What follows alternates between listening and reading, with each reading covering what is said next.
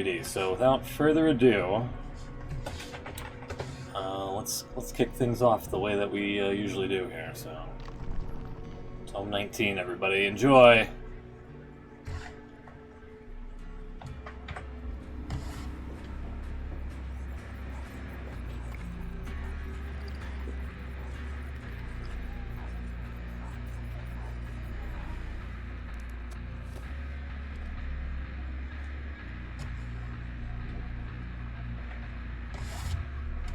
Actually, give me the, there we go, give me that one. That's a bad habit. I cut to the wrong one on these here.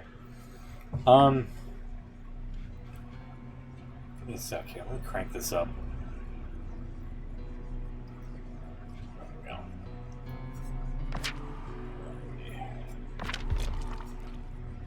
Alright, so we're starting off with Carmina Mora.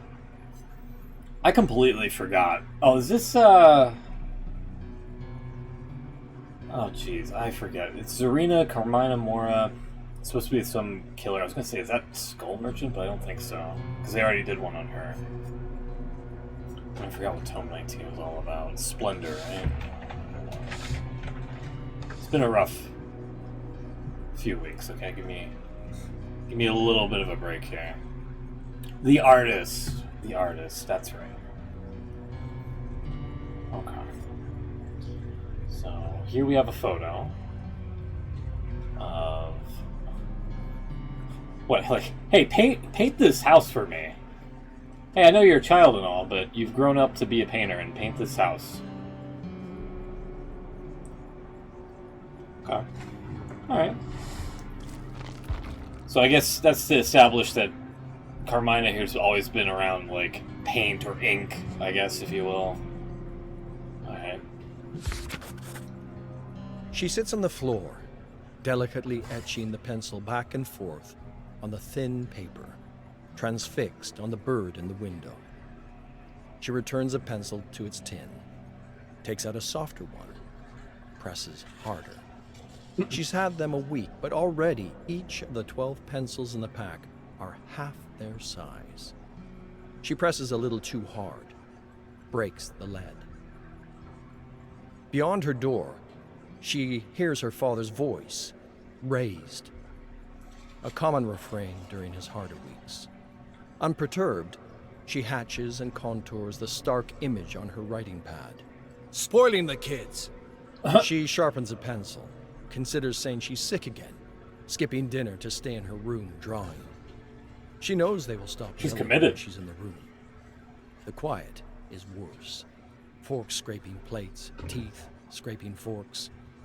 No words. Prepare them for the real world. She focuses on the eye. Imagines a point of light. Imagines how the light would bounce and play across the pupil. Real work. A door slams. Carmina's body shudders just a bit, and the pencil goes straight through the paper, through the eye. She inhales, flips the next page of her pad. Quietly, the door to her room opens. Her mother. How are you, dear? I'm fine. Her mother takes the pad from her, grabs her backpack. It's okay. I'll get you more pencils. But for now, let's pack these things up. What for? Are we going on a trip? We might be. Carmina, what are you drawing? Her mother squints at the pitch-black bird on the sheet. It's a crow. I saw one outside my window today. I've never seen it. Oh, it's just a fixture of this game. Don't worry about it. Are you sure you didn't see it in one of your father's books, or maybe in a dream? No, Mother. It was just here. She points to the window. Nothing is there. Cuckoo!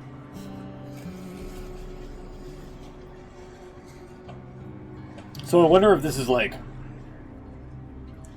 a particular crow. I know the crows are part of the entity's bag of tricks and all that, but I wonder if this is supposed to be for like an establishing point of like, hey, the entity's always been with this person since she was a child, and now that she's like a grown-up or whatever, she metamorphosized into the art. Well, let's find out, I guess. I don't know. Maybe I'm reading too much into it. Mina, I don't know this word. Carmina loosens her seatbelt, leans over to Mateus. He points to one of the longer words in his book. Murcielago. She starts to say it, one syllable at a time, before her father interrupts. Don't help him. She pauses, glares at her father. Tears well up in Mateus's eyes as he struggles to work his way through the word. Carmina's gaze drops to her lap. She quickly starts whipping her pencil across the corner of her notepad closest to Mateus. He blinks back the tears as he watches the image form in front of him. The fuzzy torso, the membranous wings, the little ears. Is that what that means? Ah, Murcielago. He says it too quickly. Carmina's eyes dart up to the mirror again. Her father's eyebrows shoot up in surprise for a moment before furrowing in annoyance. Without looking, he reaches back, snatches the notepad from her lap, throws it in the front of the empty passenger seat. Let him learn for himself. Dude, what a dick. Carmina quietly puts the pencil back in her pocket. The last one from her set, the 5H. The one she hated using most. Now, all she had left from the most perfect gift she had ever received. Mateus reaches for her hand and squeezes it. They ride in silence. Murcielago, by the way.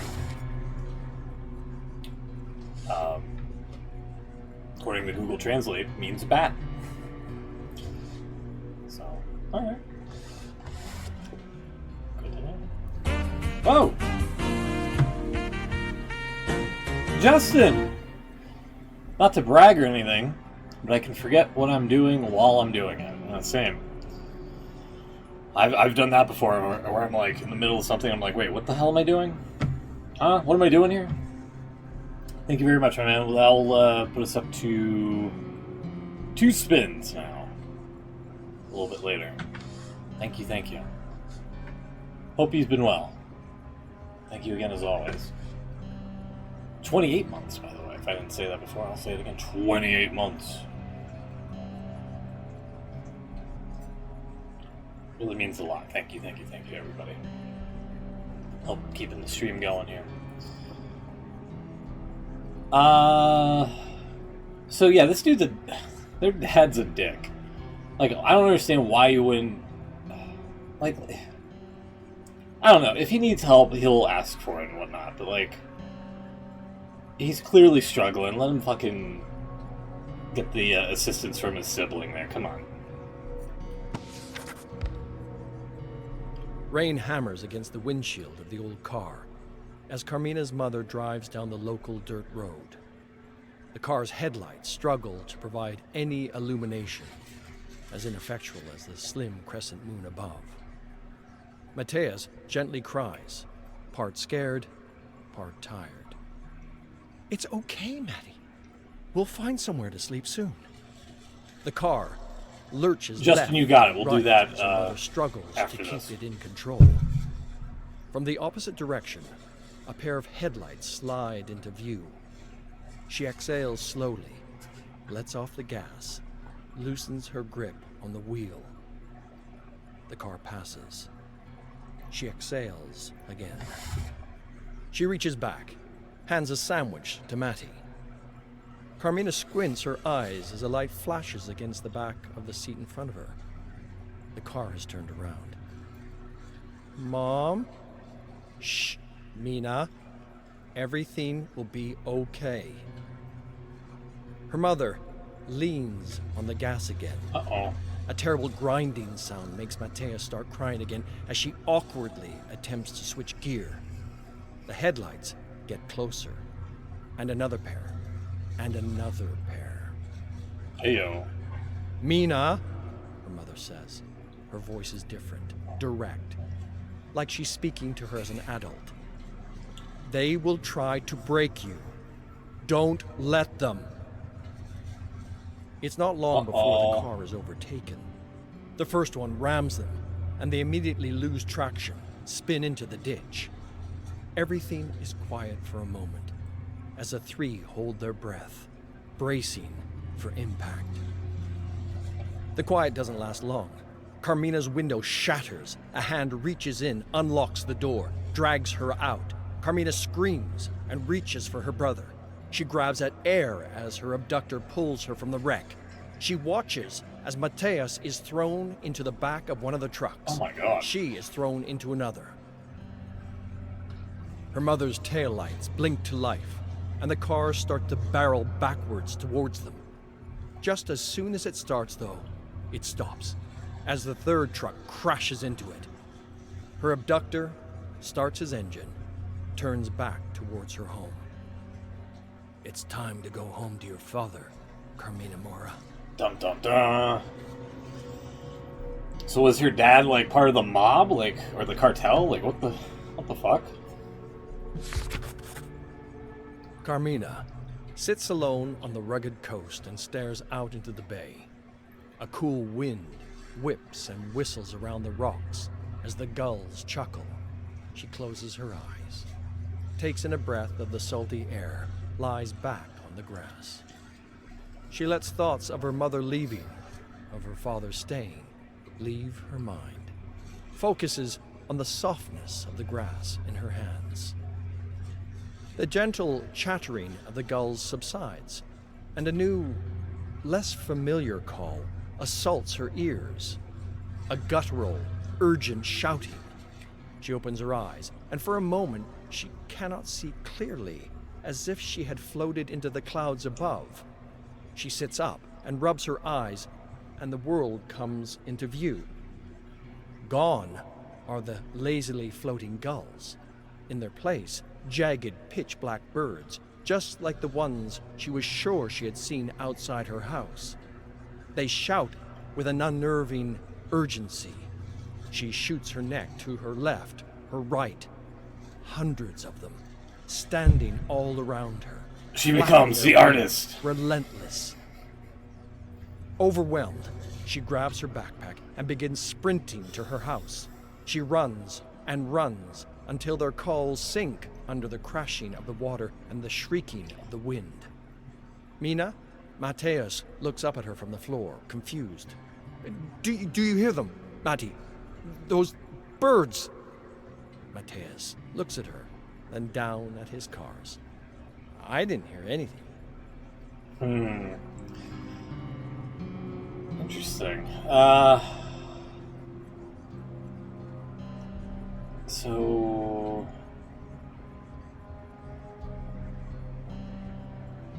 are they just part of this new, like...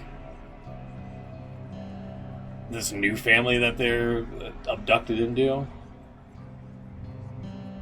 And then suddenly, like, Carmina is all about, like, birds and whatnot that aren't there? Interesting. And the seagulls turned into the pitch black birds. Okay. This is shaping up, and this seems to be a common trope, at least with the killers, is that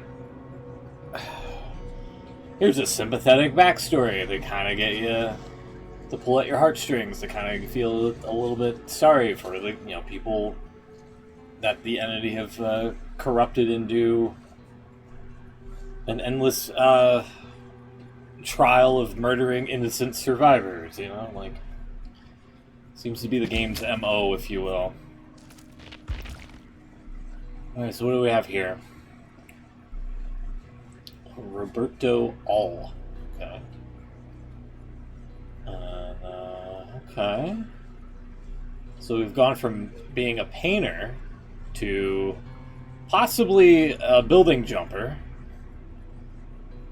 Okay, and the police are like, "Hey, don't jump."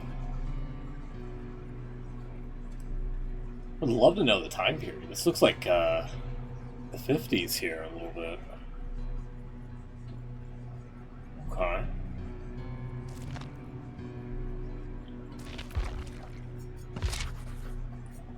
Her house sits silent.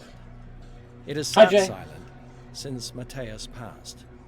Carmina goes to school. Her father goes to work. Carmina gets home, she eats, locks herself in her room. Her father gets home late at night and goes straight to bed. When they do speak, he demonstrates cruelty unlike anything from before. It's the anniversary Hi, of Corvus. Mateus's death, and she is called in sick to school. The crows in the tree left that day. Back when it would sit on her windowsill, it scared her. But now that it was gone, she feels more alone than ever.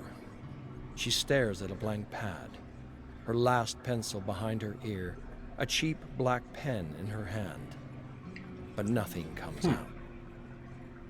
Completely bereft of ideas, Carmina goes to the backyard, breaks the pen, smears it over the tree's bark, presses the paper against the tree, squeezes it until her knuckles start to ache, removes the crumpled sheet. Almost none of the ink transfers. The smear on her paper is barely recognizable. As she walks back to the house, she hears a car pull up in front. She ducks, knowing she'll have to talk to him and likely get yelled at if he sees her here in the morning. Listens through the window.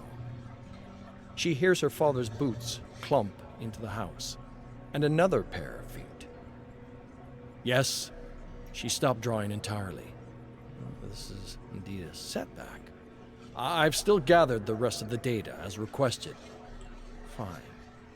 Keep applying pressure to her, and let me know if you notice any changes. The door closes, and the house falls silent again. Carmina sneaks around the side of the house, peers around the corner.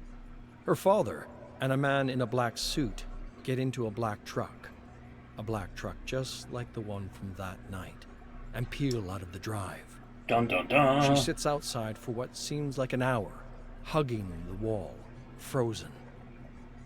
Were they talking about her? Her drawings? Her data? All this time that she had felt alone, this was worse than alone. This is no way to live. Let me see. So, Mateus just ran, so he's dead now. Did he ask for help one too many times and, like, her dad was like, "That's it, I've had enough," and just, like, snapped his neck or something? Like, what?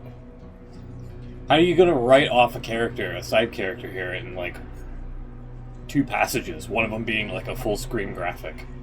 What the fuck? So she's obviously feeling bad that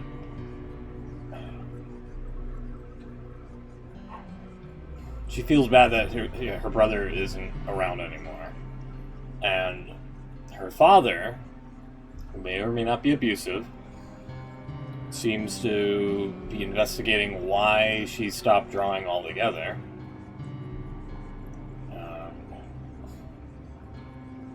Breaks the pen, smears it over the tree's bark. Wow.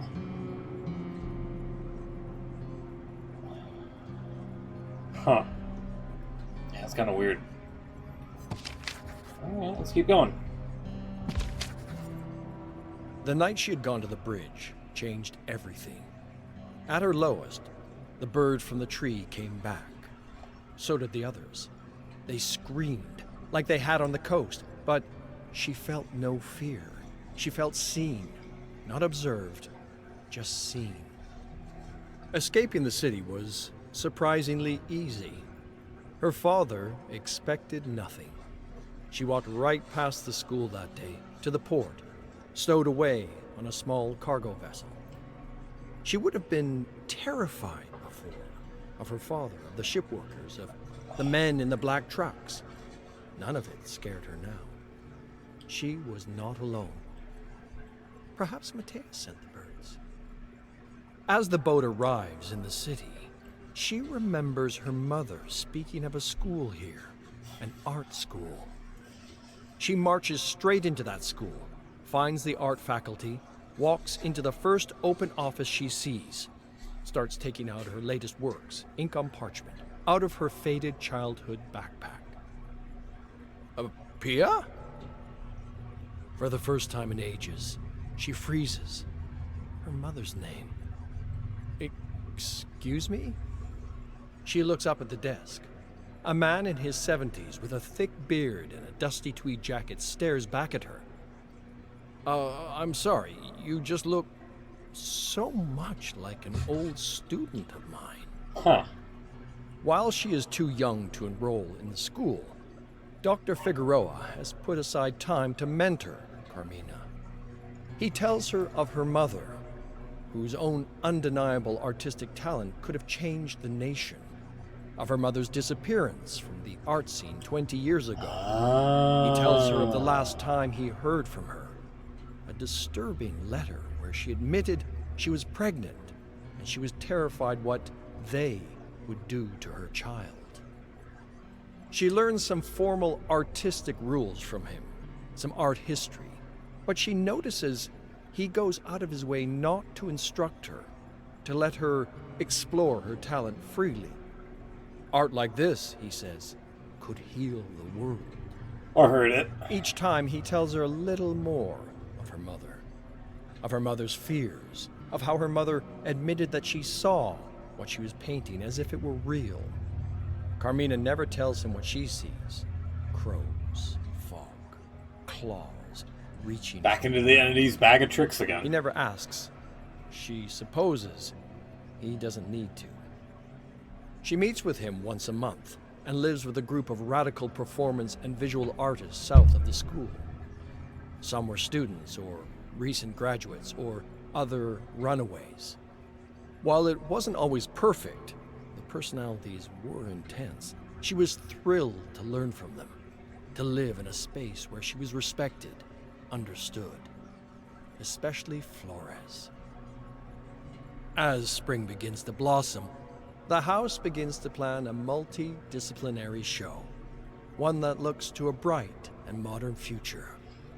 But as spring arrives, everything changes. Boy, did it. At least for me.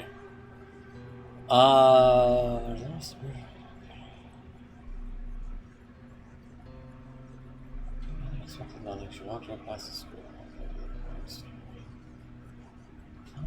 She walked right past the school that day to the port, stowed away on a small cargo vessel. Huh. That part kind of confused me a little bit. Like, she somehow wound up on like a shipping vessel, and then she's in the city, and then she just winds up in the same vicinity of like an art school that her mom's old art teacher recognizes her, kind of. Huh. I feel like the art teacher, or whichever era of Carmina here, should fill in a little bit of the backstory of what happened and why, like, mystery men kind of took it, like, kidnapped her away from her mom and all that. I wonder, instead of this being Carmina, that this is actually Carmina's mom here, perhaps. On both of these. I didn't even make that collection there. Or recollection, I should say. Huh. Okay. Proceed. Dr. Figueroa went missing that day. Oh, wow. Carmina knows she'll never hear from him again. Everyone knows. Her new family begins to atomize in front of her eyes, It's the birds. retreating into their individual rooms, their Or that. individual practices. Well, Everyone is afraid to express themselves. She desperately tries to reach out to them, first individually, then collectively. The last thing she wants is another quiet home. She organizes a house meeting in the salon. Even Flores slouches in her chair. who the hell is Flores? I want to talk about the show. Tomas, the textile artist and dressmaker, snorts. Ah, Mina, you cannot be serious. Flores tells him not to speak to her like that. The two start shouting at each other. Louis, another painter, tries to get in between them, but only makes things worse. Carmina remembers her parents fighting, the icy silences that followed. that would last for days, weeks. The loneliness she felt. Been there before. She looks out the large window in front of the house. The trees are blacker than normal. Crows. They begin to caw as well, frantically, rivaling the clamor inside. Louder, more frenetic, like the day on the coast. Enough! Her housemates freeze. She too freezes, shocked by the authority in her own voice. The crows immediately stop their racket, and she feels their hundreds of eyes peer intently at her. I spent enough of my life in fear. I won't go back there again. Right on, girly. And then last,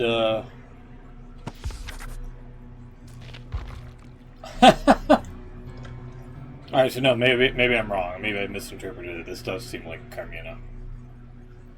That's a pretty dope photo. Man, artist doesn't get enough respect, I feel. I would love to see, like, a small buff to her. I don't know, I honestly don't know what the cutscene's gonna be. Is it just them getting, like, ramrodded off the road? I guess. I mean... I don't know. Let's see. A little bit of color, I like it.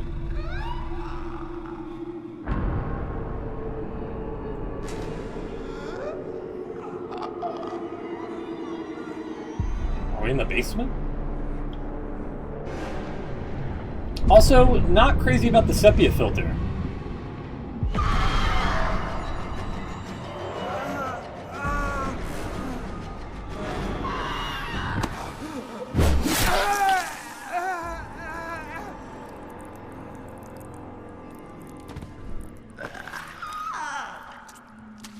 I must consume your blood as ink.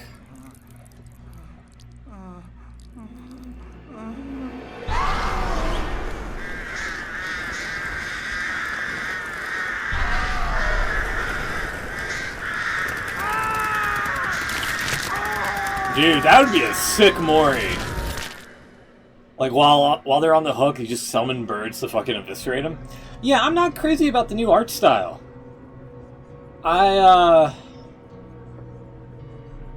At first, it looked like the, if we can go back.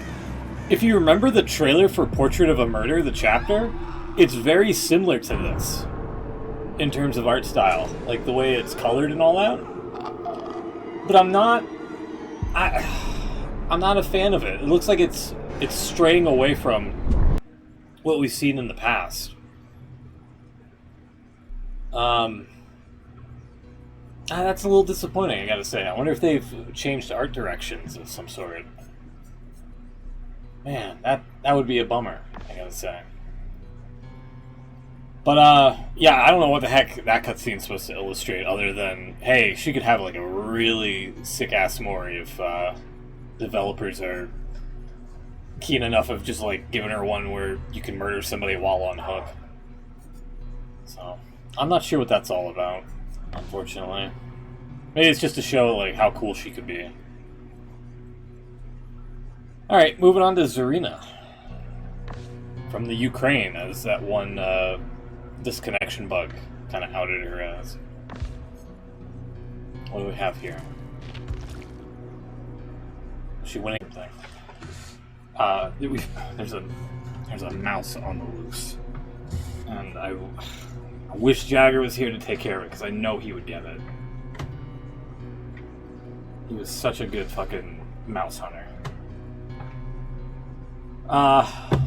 Right. Let me make a marker of that.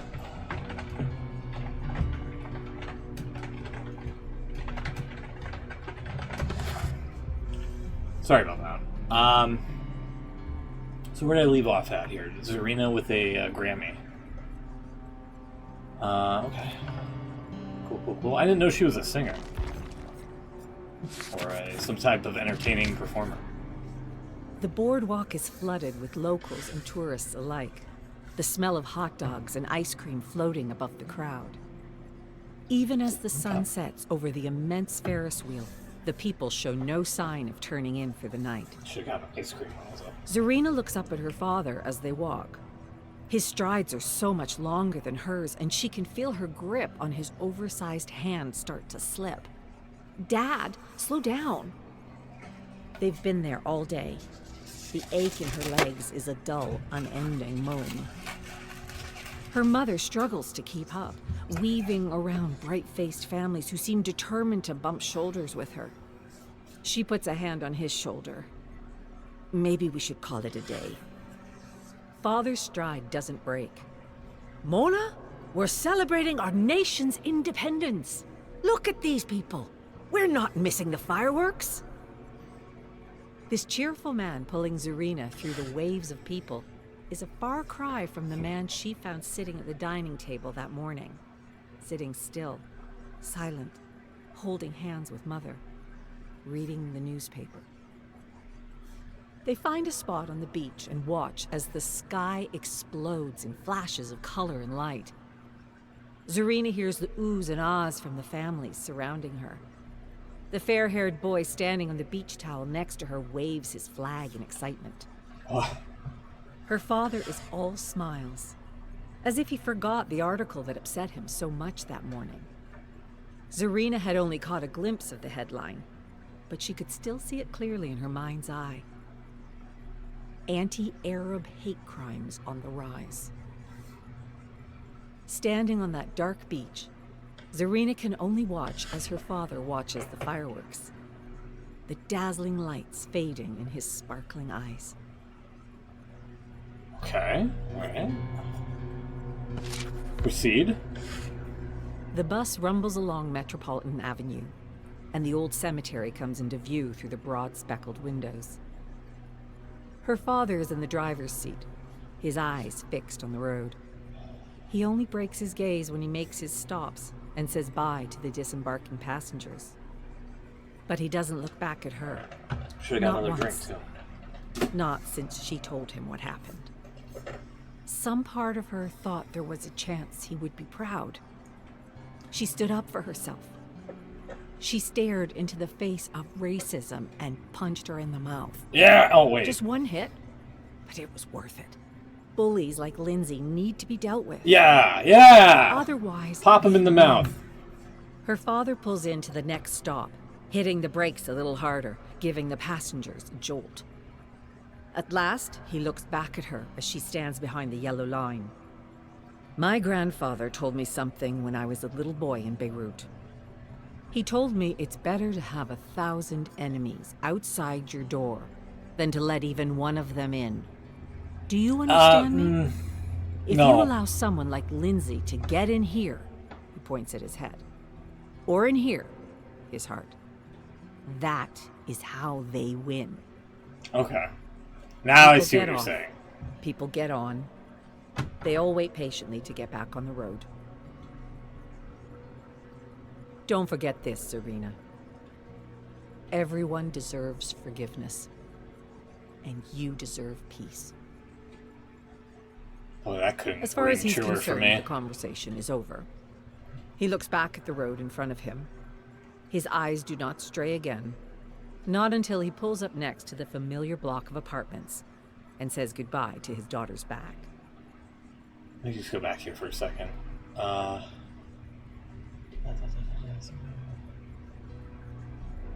Racism punched her in the mouth. Just okay. So they kept saying she, so I wasn't sure if it was like,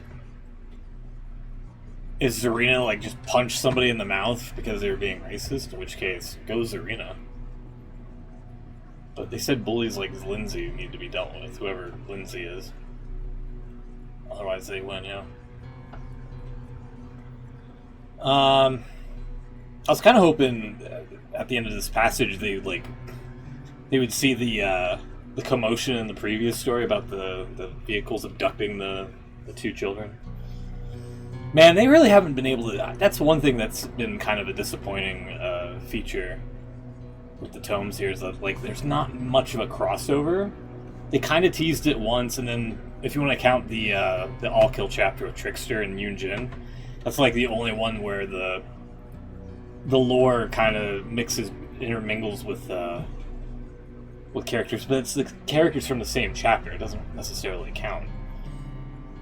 But there was, like, I think, artist appeared in one of them a while back, and then nothing came to fruition about it, which was kind of a downer. Yeah, let's see where this goes. Let's see if Zarina punches other people in the mouth here. Karina, welcome home. She freezes at the sound of that name coming from her father's mouth. He's at the dining table, holding a letter from one of her teachers. It was supposed to be a new start at a new school, a new identity. Not Zarina from Lebanon, but Karina from somewhere. Ukraine! She had done everything she could to Don't keep tell me they're Karina gonna a retcon secret. that. She never brought friends home to meet her parents. She added extra security to her phone and kept her calls quiet. But there's no controlling the mail. Her mother is in the kitchen, slicing marinated chicken with a large knife, staring right at her. I understand why you wanted to dye your hair now. She had chosen her new hair color carefully, studying her face in the mirror to see which color brightened her complexion. This is worse than when I hit Lindsay. She was a racist bully who had it coming. Yeah! This is me Punch her. denying who I am, pretending to be like them. Her parents stare at her, seeing right through her. She's never felt so exposed, laid bare in her shame. She can't restrain the shiver running up and down her body. And then, a smile. A knowing look. This is about what happened with that girl from your old school, isn't it? She tries to find an answer. She stammers, her words stumbling out of the gate. It's okay. If you want to be Karina, you can be Karina. We'll respect it. Your hair looks great, by the way. Aww. Her mother drops the chicken in the pan. Dinner will be a while longer. Come in. Stay a while. Stay a while and listen. Karina drops her coat and runs for her room, locking the door behind her. She catches a glimpse of herself in the mirror and runs her fingers through her dirty blonde hair, wishing more than ever to have her natural color back. Why is she trying to dodge her identity? Huh. Let's see if he'll tell us. I don't know. It won't be him. Please, don't let it be him. She was expecting it to be like the movies. A long, sterile corridor leading to a freezing cold room of metallic drawers. His body on a slab. What? No, it won't be him. She looks around the waiting room. Warm, inviting, well lit. A hole in the drywall crudely patched over. The illusion of comfort. She wants to scream. She will not be taken to her father's body. Instead, she and her mother would be shown photographs of identifying features on his body, but not his face. Uh-oh. The attendant made it clear the photos would not be graphic, Oh. but they wouldn't be able to see his face. Well, what? Why? It could be anybody's face. Her mother makes space on the couch as the attendant sits That next makes to no them. sense. Zarina can't hear a word of the attendant's preamble. All she can sorry. hear is blood rushing past her ears. All she can see are the white sheets of photo paper in the attendant's hands. The room gets colder with each passing moment. She tells herself to breathe. At last, the attendant turns the first photo face up. Zarina's mother gasps. It's all she needs to hear. The photos are cruel in their honesty. The wedding band on his hand. The old scar on his leg where he had a varicose vein removed. Her mother slumps back on the couch, fainted. The ground falls out beneath them. The walls collapse into dust. Sounds like wait, hold on. The world has come to an end. Sounds like Lindsay pulled a hate crime on Zarina's dad, I guess. So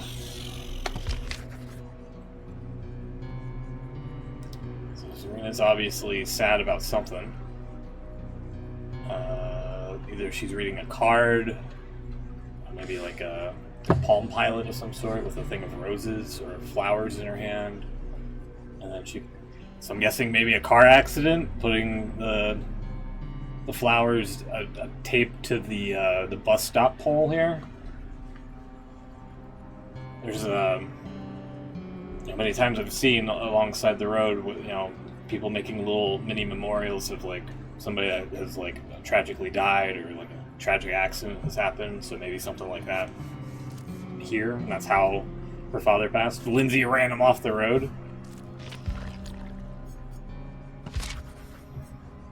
It was 2 years ago to the day that a gang member named Clark Stevenson pushed Ahmed Kassir into oncoming traffic. Oh, there you go. Killing him instantly. According to eyewitnesses, Question answered. Ahmed, Dad, did nothing to provoke this attack. He was minding his business, waiting to cross the street, when Clark started yelling at him, pushing him out into the street just as a sedan sped by. Clark also assaulted several bystanders who tried to restrain him as they waited for police to arrive on the scene. Clark refused to answer questions while in custody, but his gang was known to commit racially motivated acts of violence. Sounds like Lindsay might be a part Zarina of that. knows all of this the first day of Clark's trial. And when the trial reaches its end, and the jury declares Clark guilty on all charges, this knowledge becomes proven fact. But the end of the trial means the beginning of the sentencing hearing, and Zarina knows her work is just beginning. She stands at a podium in the courtroom, looking down at a mess of wrinkled papers she calls a victim statement. She can only look down at her statement, not at the cold-eyed judge, and certainly not at the defendant's box. At no point in the trial was she able to look there. She asks for a life sentence without parole. There is no redemption for Clark, she says, and a life behind bars is a small price to pay for destroying her family forever. No mercy, no forgiveness. Is that what your dad wanted? In the blink of an eye, she is sitting in her car in the courthouse parking lot, shoulders shuddering, chest heaving. A life sentence. In most other states, he'd get the death penalty, a lethal dose of chemicals. A life for a life. Dad always said New York was the most progressive state in the country. Look where it got him. A life sentence would have to do. It won't be long now. The long night spent staring at the ceiling will come to an end. Peace will return. And Clark will never know freedom again. Until Lindsay gets him off from a mistrial or something, I don't know. Yeah, like her dad wanted, everybody deserves forgiveness and all that.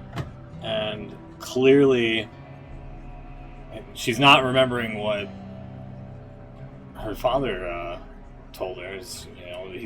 She's letting Clark get inside her head and heart. But, hey, I mean, dude fucking murdered her dad. Like, sometimes, you don't have to forgive him for that, Some people, have, like, the resolve to actually, I forgive you for murdering, some family member or whatever, but, like, a lot of people don't have that type of, gumption or resolve, like I said. Like, they usually want, justice, vendetta, vengeance, stuff like that, so... Curious to see how this plays out. Zarina adjusts her sunglasses. Her senses are overwhelmed.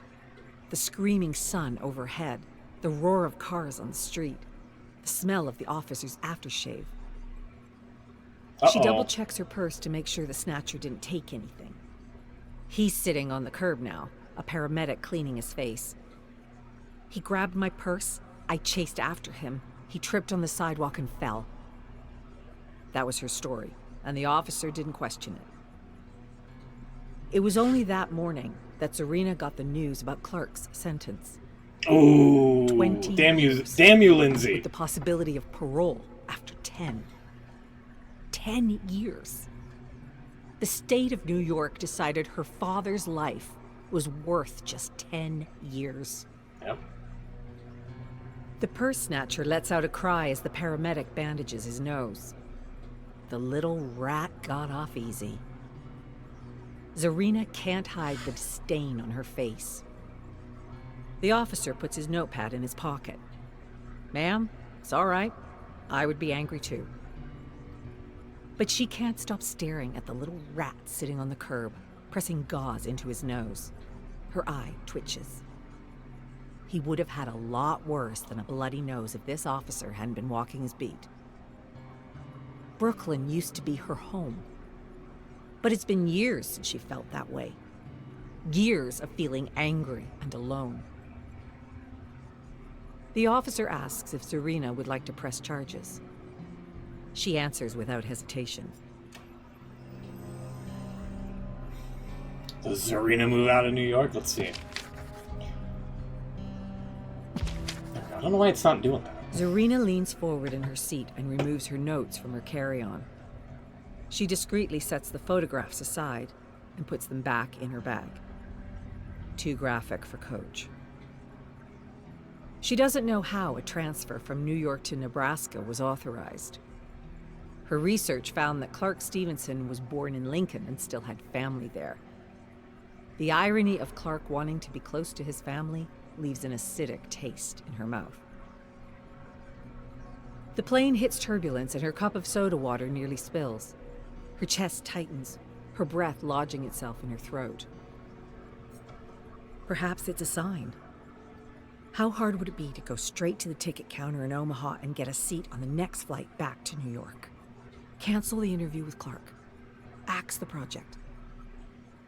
The thought has an iron grip, and Zarina She was going to interview this guy? Teenager again. The one who tried changing her identity to win over her classmates. The one who asked her guidance counselor if someone like her could ever be a documentary filmmaker. No way. She looks down at her notes and sees a photocopy of Clark's mugshot, his eyes staring up at her. She needs to do this, to ask him why, to find some peace. The turbulence eases, and Zarina's chest relaxes. Breathing comes a little easier.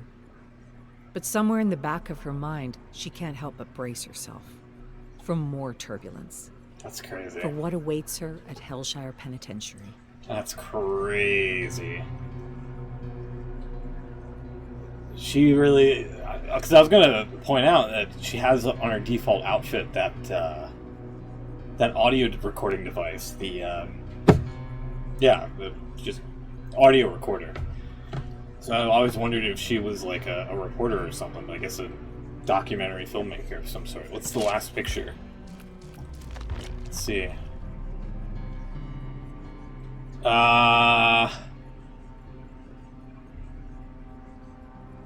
Okay, so we have a guy putting a videotape in a VCR. And then...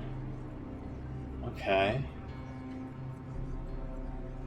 They should have added a little bit of color here, because this looks a little bit like Klansman, not gonna lie. I know it's not.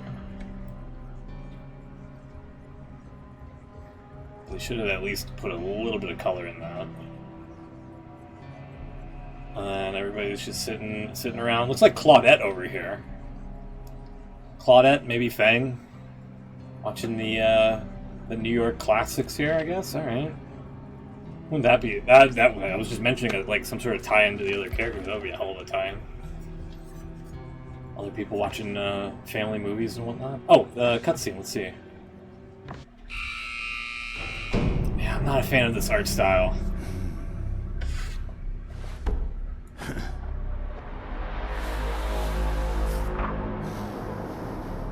Gotta be her, yeah, interviewing the guy.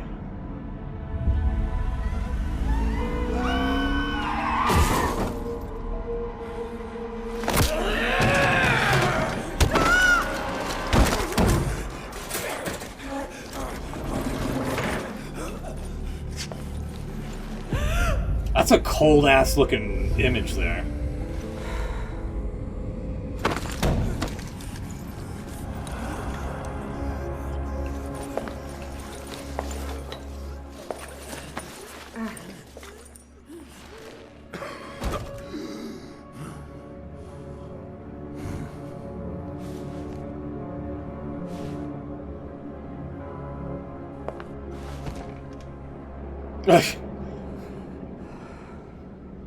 She's over it. She's like, I got my answer. Huh, okay. I hate... They must have got a new art director or something.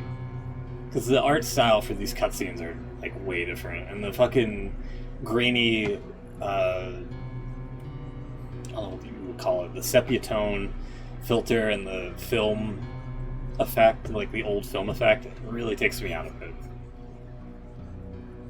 Maybe that's just me, but like, I wanted it to be more like the, if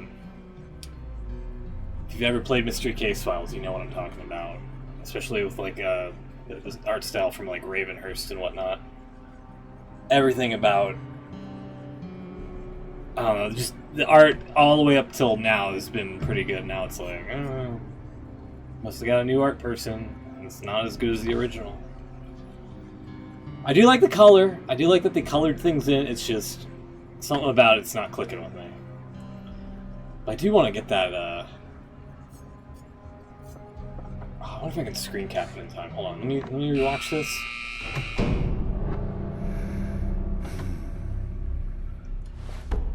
That photo of her like peering over on this guy from the shadows looked really awesome.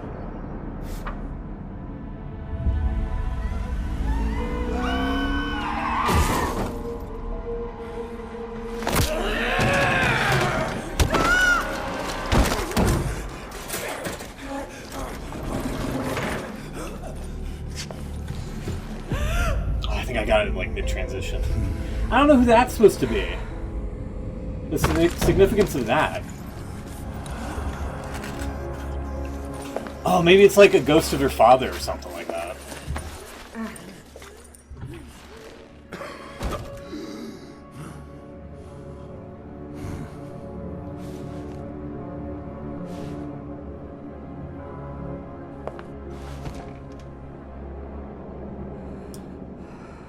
Let me see if I got it here. Let me take a look.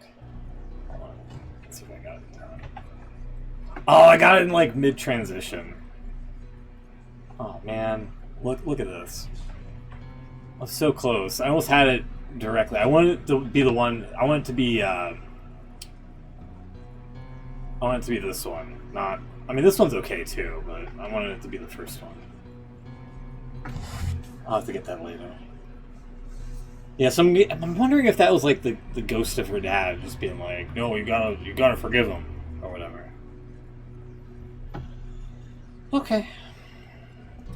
And then last, it's the miscellaneous stories of the House of Arkham. What the heck am I looking at here? Oh, it's the Red Crane story arc here. Facing some sort of weird overgrown potato-looking thing here. Potato tentacle monster, I guess. Alright. Arcus 10190. Just gonna ignore that, I guess. I was lured by a gleaming light in the distance that caught my attention in the otherwise perfect darkness. I went to investigate, and it wasn't until the mouth of the cave I had stepped into closed that I realized my mistake. I had entered a Balzagar, a giant worm of the void, which Barra often writes about in his earlier work for serial magazines. In his stories, the creature is often hunted by survivors, as its blood can be used as a type of fuel for makeshift vehicles and mechanisms. Or Lucky generators, for me, I I guess. remembered one story where a survivor in a similar situation found a sword to hack his way out of the creature before suffering an agonizing death in a bubbling pit of acid. I found the stomach. Remembering the story, I quickly scanned my surroundings and spotted an axe. With a great sense of urgency, I yanked it out of the skeleton's hands and hacked away as massive tendrils from its digestive tract tried without success to pull me into its stomach. I undoubtedly survived the ordeal and collected a sample of its blood to analyze its curious properties. Truth be told, it's hard to believe I'm still alive. My research has clearly paid off in countless ways. How many times have I been inspired by the events of a seemingly random story, I cannot say. More than I can remember, to be sure. Oh, okay. 12 past midnight.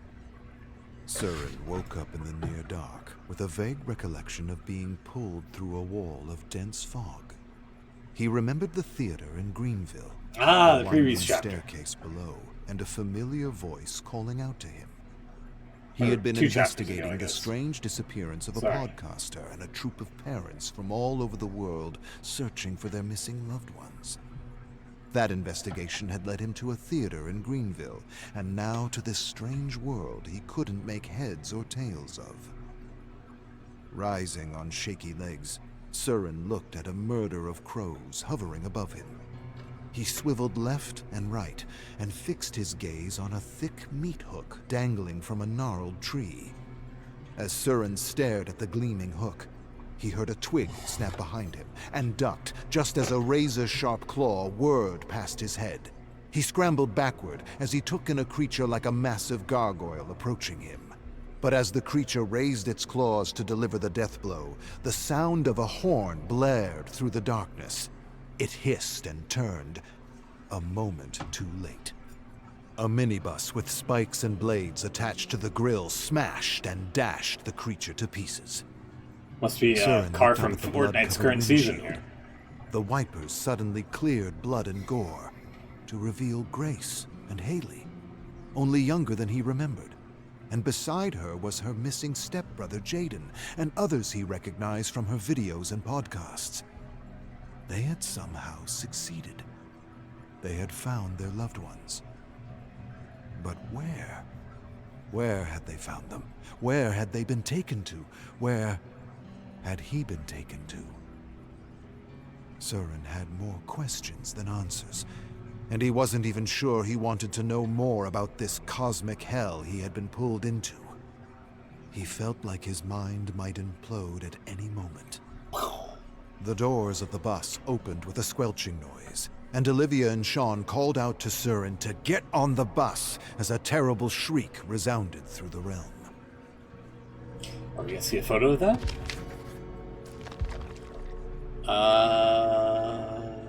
No, that's still the Red Crane lady. She has a sword, grip of the sword. And she's thrusting it into something here. You kind of sort of see an outline on this far right panel here. Did she, like, ground pound with the sword and then, like, somehow thrust it upwards off of the potato monster? Hard to say. Don't know. Oh, Maurice! Sorry, never mind. Oh, here we go. And that apparently wasn't that. The pups ignored my every attempt to scare them away and followed me through the woods, across a meadow, and all the way to the edge of a small town. I stood in the darkness staring at the glowing orange lights in the distance like fireflies. Tired, I laid down, closed my eyes, and tried to forget everything at the farm. Then I started when I felt something small push against my side. I turned with eyes wide open to see the pups curling up beside me to keep warm. "Didn't I tell you to stay away?" "Yep," they each replied in turn. I sighed and closed my eyes again. I was too tired to protest, and so I just wished them a good night.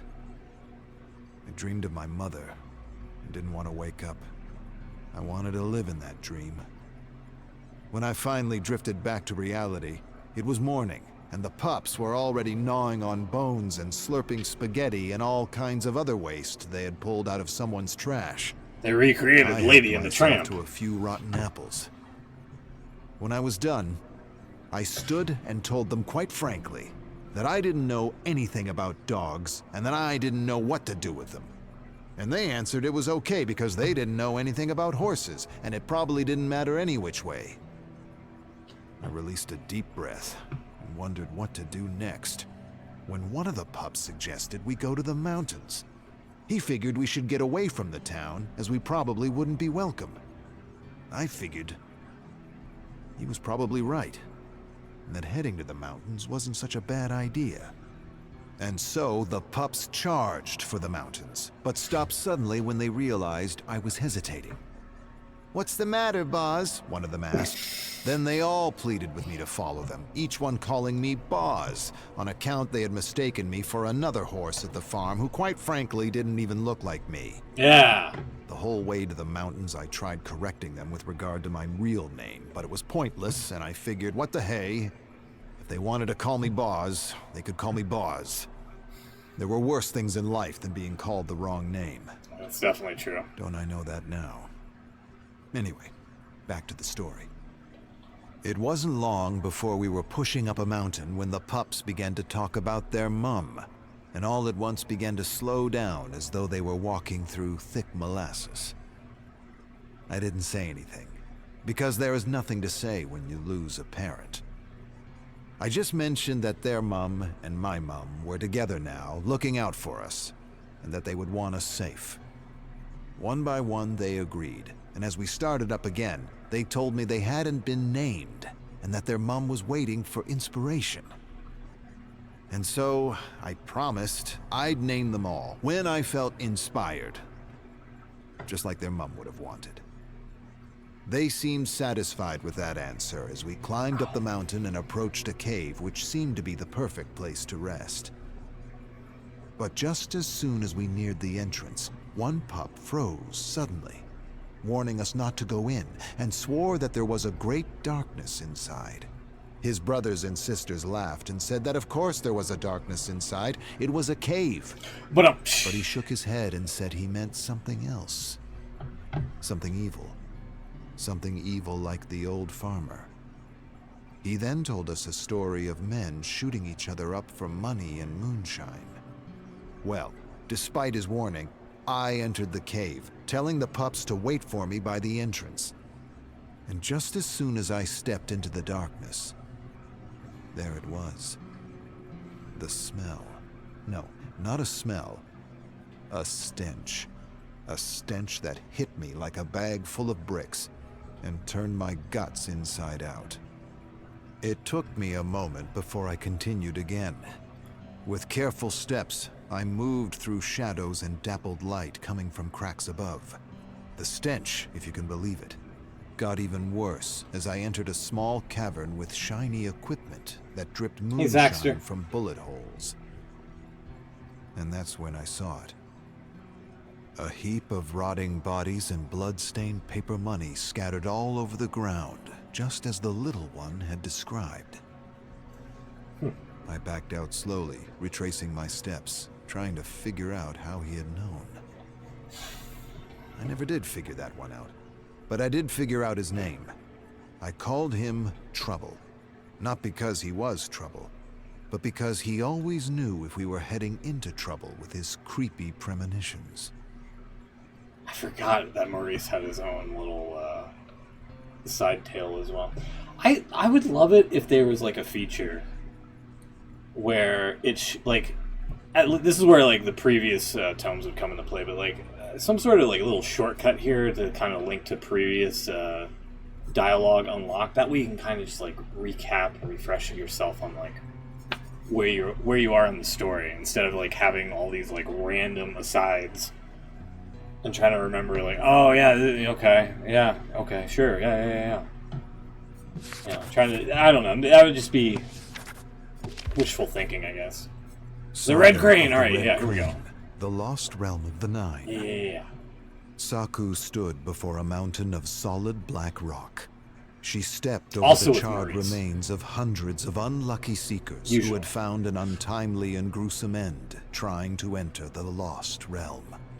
She stared down at her map and the symbols she had discovered throughout her seemingly endless journey to find a way out of this living prison. She stared at the symbols and sighed sadly, and wasn't sure what to do. She wished her friend was still with her. He would have ideas. He would know what to do. He had a much better understanding of this dark world than she ever did. He would know if she had chosen the right symbols and ordered the correct sequence. Hang on, Zach, I'll get to that in a They minute. had talked often about the past, and they had discussed the stories and the notes they had gathered, and he seemed to know what parts were relevant and what parts weren't. But he wasn't with her anymore, and there was nothing she could do about that now. With a sigh, she collected a stone from the grasp of a skeleton, and she began to etch a sequence of 9 symbols in the wall before her. She carved the sequence 9 times, and soon found herself staring at the arcane patterns, waiting for something to happen. Something is But about nothing to happen. At least, she thought, she was still alive. That meant she had etched the correct sequence. And then, remembering a moment in a story she had discarded as irrelevant, she heaved a deep breath and held it as she visualized a doorway that would lead her back home. Okay. Then she released her breath over the wall. As Saku breathed life over the patterns, the symbols illuminated, and white smoky mist suddenly rose from the ground to engulf her. Moments later, the symbols faded and the mist dissipated to reveal a doorway into the heart of the mountain.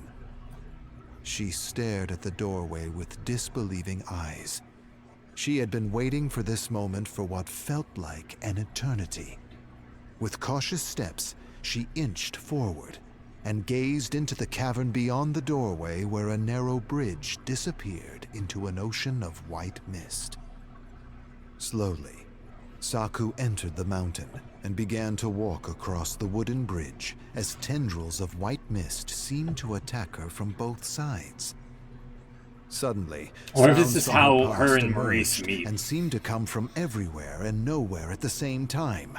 Horrible sounds, terrible sounds, cries, screams, shrieks. She could even hear her mother's voice warning her to turn back while she still had a chance. At once, Saku froze and closed her eyes to compose herself. She breathed in deeply, and she slowly released her fears and doubts. As the hellish cacophony faded, Good word. she opened her eyes and continued forward in the almost perfect silence, despite the tendrils that continued to lash out at her with every step. She walked for hours and perhaps even days before she finally realized she would die before she reached the end. Perhaps there wasn't even an end to reach. Perhaps the bridge went on forever. Saku scrunched her fist and let out a moan of despair when she realized this was just another trial, another way for this living prison to feed off her fears and anguish. She was trapped without hope. For several minutes, she stood there as if she had been glued to the bridge, every muscle in her body tensed. The loud sound of some sort of energy vibrating at a very high rate tormented her as the mist continued to lash out. The experience was unlike any she had ever undergone before. She could not think of a single move by which to continue her journey. But then, a great calmness came over her as she saw something in the mist. Something that she hadn't noticed before. Something that had been there all along. The mist. It wasn't attacking her. It was testing her. Beckoning her. Saku laughed out loud with the realization. The tendrils weren't a warning to stay out, but an invitation to come in. She could see it Stare a clearly while now, and listen. and she could see how they were trying to prevent her from continuing forward because she was going the wrong way. Who would have so thunk it? She closed her eyes, cleared her mind, and with a fearless heart, she unsheathed her katana with a resounding ring and raised it high above her head. Then she sliced straight through the bridge and felt the world collapse beneath her feet. So that might explain this weird potato monster looking thing here, and yeah, I guess whatever this is supposed to be, like some sort of bridge, maybe. And then the last photo, yeah, she's cool. She's like, I'm a badass. I'm fine. Me and the sword. Okay, well, let's see what Saku does here, I guess. Again, I'm glad that they added color, but I hate the new art style for these.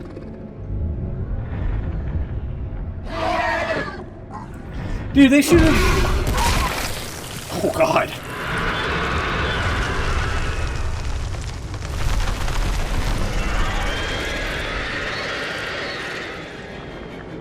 Uh-oh, it's a generator!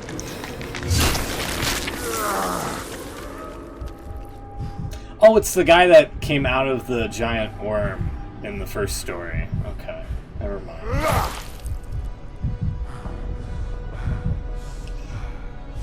Yeah.